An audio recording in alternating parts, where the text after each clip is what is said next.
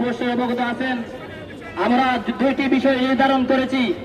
এই বিষয় নির্ধারণ করার পরবর্তীতে আমাদের হৃদয়ে রক্তক্ষরণ হয় এমন ঘটনা উৎপাদ বাংলাদেশে হয়েছে। যে ঘটনা আমাদের সবার দিলে রক্তক্ষরণ করছে সেটা হলো রামিসাকে ধর্ষণ করার পর খুন করা হয়েছে। আমরা এই হত্যার তীব্র নিন্দা জানাই।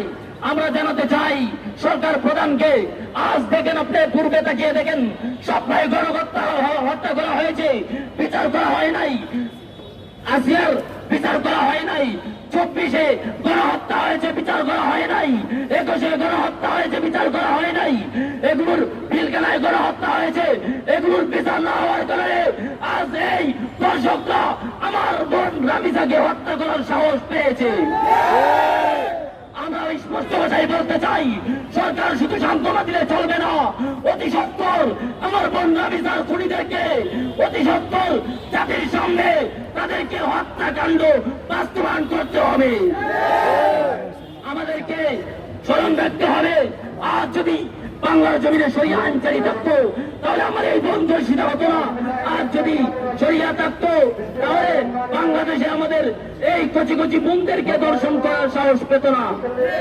অতএব আমরা স্পষ্ট ভাষায় বলতে চাই, অতি সত্বর যদি রামিসা হত্যার বিচার দ্রুত না করা হয়, এই তামাশা বাংলার মুসলমান আর বরদাস্ত করবে না, বরদাস্ত করবে না।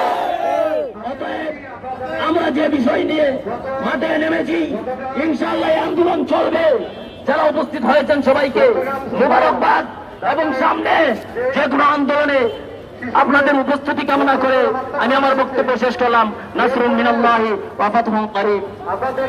আমরা এই সংক্ষিপ্ত বিক্ষোভ মিছিলের পরে আমরা একটি বিক্ষোভ মিছিল বার করব। এখন আপনাদের সম্মুখে বক্তব্য রাখবেন সোহাগ শিকদার। বিসমিল্লাহির রহমানির রহিম।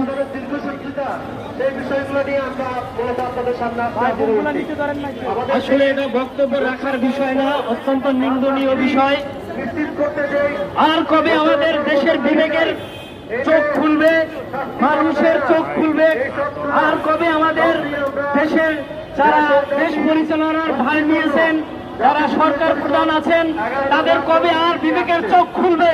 আর কত দর্শন হলে, আর কত মা বোন মরলে তাদের চোখের বিবেকের চোখ খুলবে? আমার প্রশ্ন তাদের কাছে, তাদের কি মা বোন নেই?